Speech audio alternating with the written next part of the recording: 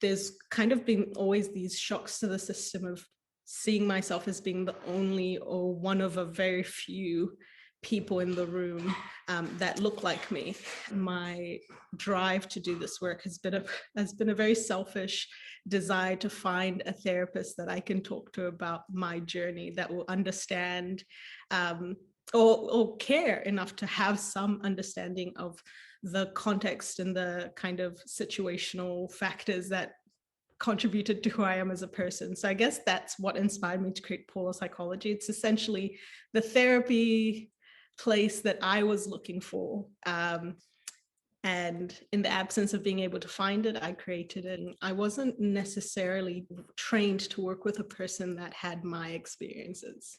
The theorists that we were reading about, the kind of research demographics of bunch of people that the research was done on was not people that looked like me. So I essentially went through a good 7 years of university learning how to work with people, but I very rarely found myself reflected in that person.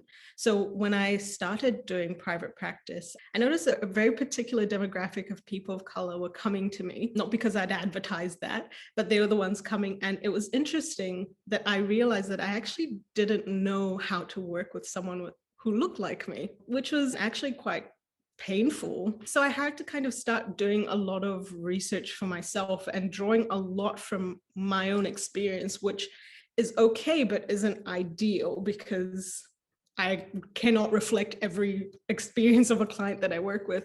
So I had to kind of start digging in terms of what is out there, what resources are out there, and essentially kind of having to amalgamate a bunch of different theoretical backgrounds to create some framework for myself to be able to deliver work that makes sense.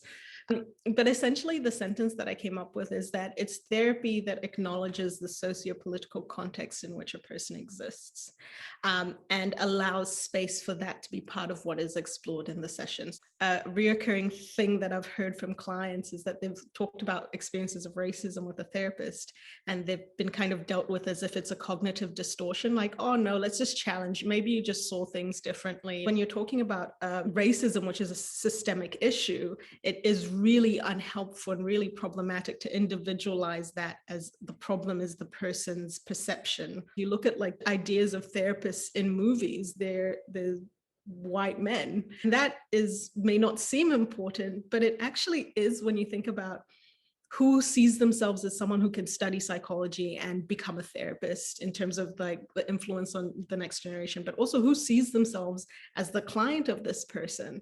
A really good resource that I've always referred to people to is the website Psychology Today. You can actually break down the intersections that you want. So you can look for like therapists that identify as working with culturally diverse populations. Even though these resources are available, they're not popular because people don't market them, I guess. There's an assumption of the target market of who you market to is not us. I think kind of expanding the general mental health services ability to respond to culturally diverse populations is what I think is most sustainable.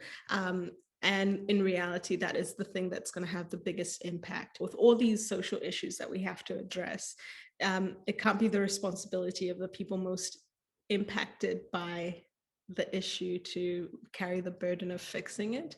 It's everyone's job to kind of fix that. One thing that I think is really helpful to do is just asking the organization that you work in what their culturally responsive kind of practices are within the workplace in terms of hiring practices, in terms of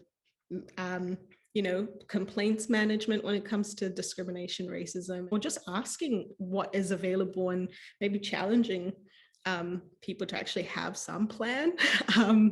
I think at the point that we're at right now, there's a bit of a culturally diverse practice or theory is kind of a sexy topic.